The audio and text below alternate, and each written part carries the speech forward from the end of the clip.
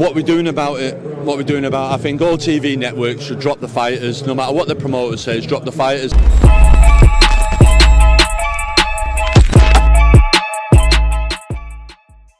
Pro Box fans here in Manchester with Joe Gallagher. Joe, obviously one of your charges, fighting on the undercard of Smith versus Eubank 2. Mark Heffron fighting Jack Cullen. Just talk to me about this one. They know each other well. I just spoke to Mark. We sparred a few rounds. We've had a good, it's a northern derby, this one. What do you make of Heffron and Cullen? Yeah, listen, I think it's a good fight. I do feel it's a great appetizer for the main event. They both know each other well. Team Jennings used to train Mark Heffron, so they know him. Jack Cullen's been in our gym sparring each other, so we all know quite each other. But at the end of the day, it's about the two fighters when they get in the ring. And listen, some could say this is last opportunity for Jack Cullen. He's been in the big fights many a time, and he has to deliver in the same way Mark Heffron when he went fighting Lennox Clark. It was his last big opportunity, so we've got to make sure that we're switched on. We've got to get a better Jack Cullen than we've seen before, a more resolute Jack Cullen, and someone with desire to win that British title in front of 20,000. So we've got to make sure we're prepared for that, and we can match him, and we can go again and come out of that arena with the belt still on Saturday night.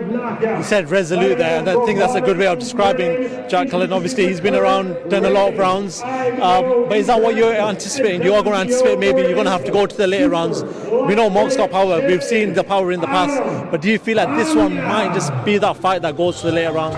Yeah, I think so, but we can't rule out Jack Cullen either. Listen, he knocked out Yildirim, he can punch. I've seen him in the gymnasiums, and he can punch. There's a lot that Jack Cullen can do that not many people still at this age haven't seen him do, but he's got to be, Mark's got to be on it, as big a puncher Jack is, and as Mark. But I think it's a fight that once it goes, it's going, and I think everyone's got to go, wow. It could be the silent one that actually becomes fight of the night, because it is both bangers, like you said. Let's quickly just talk about your gym. Who else is out? Who else have you got? Well, the gym's busy at the moment. We're in talks with Natasha about fighting in Tanzania, Zanzibar, over there, defending the world titles. That's what we want to do. We'll try to get Sky and Boxer involved in that. I think it'll be a huge event for Natasha to be over there, a bit like a female rumble in the jungle. And I think it'll be huge and brilliant for women's boxing, female boxing, and to have a dance partner like a Michaela, Maya, whoever. I think that'd be fantastic. So we've got to sit down and see what's happening with that. Jack Massa, he's got to be out again soon now and try and get in the cruiserweight mix. Callum Johnson's back up at cruiserweight. Billy Dens is a good prospect coming through. Sean Yaxley won the Celtic title. Marcus Morrison's in the gym. Obviously Josh Holmes, Paul Butler trying to get a third world title shot.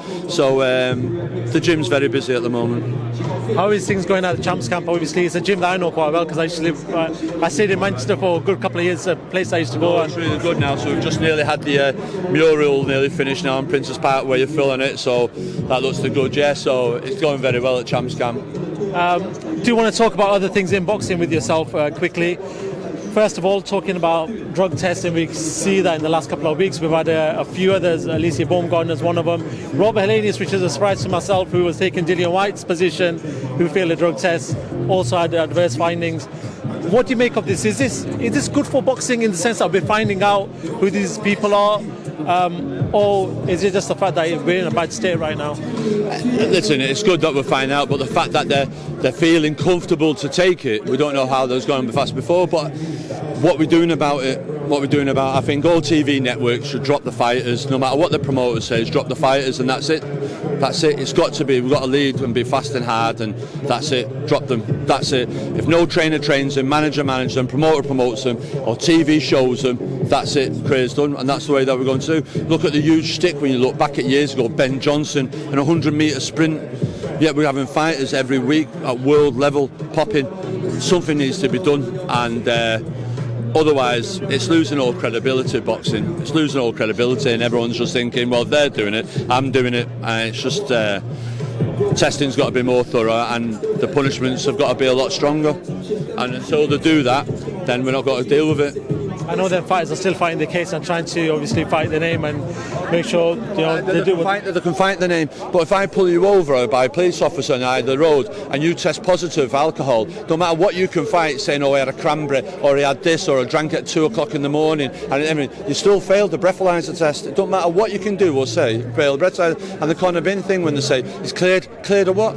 Cleared of what? Having too many eggs. Cleared by UCAD. Cleared by no one knows this. Cleared. What's to be cleared by? So it's just for. I just think boxing's just going down a really bad road now, and people have got to start taking action.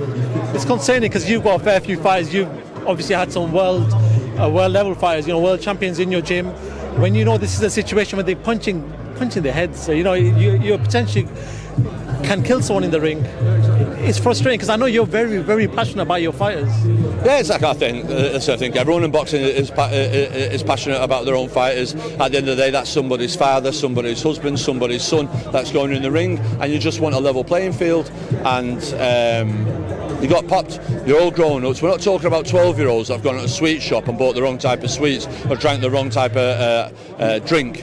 We're talking about adults that can go on an app and take 2 seconds and check whether that's on the banned substance list. There's no excuses. Do you want to quickly move away to last weekend, Dubois versus Usyk? There's a lot of talk about this low blow. It's not a low blow. It's not a low blow. No, it is a low blow. It is a low blow. Okay, that's fair enough. Another thing that a lot of people alluded to is that Daniel Dubois, maybe when the things got a bit tough, he kind of pulled out. I'm not having that. You can't. Anyone that tries and says that a boxer who steps into the ring at any level, journeyman level or whatever, that steps in the ring with a chance of getting killed, murdered, and knocked out live on TV or on a smaller show, to call them a quitter. That's disgusting. That word should be eliminated from any professional boxing whatsoever. That's absolutely disgusting. He went in there, young man, against Usyk, one of the best in the world, and gave a very good account of himself. It's not his time, but he'll learn by that, come back and he'll grow again. But to start lobbying that, and people in the game for lobbying that, that's just shocking. That's just not on.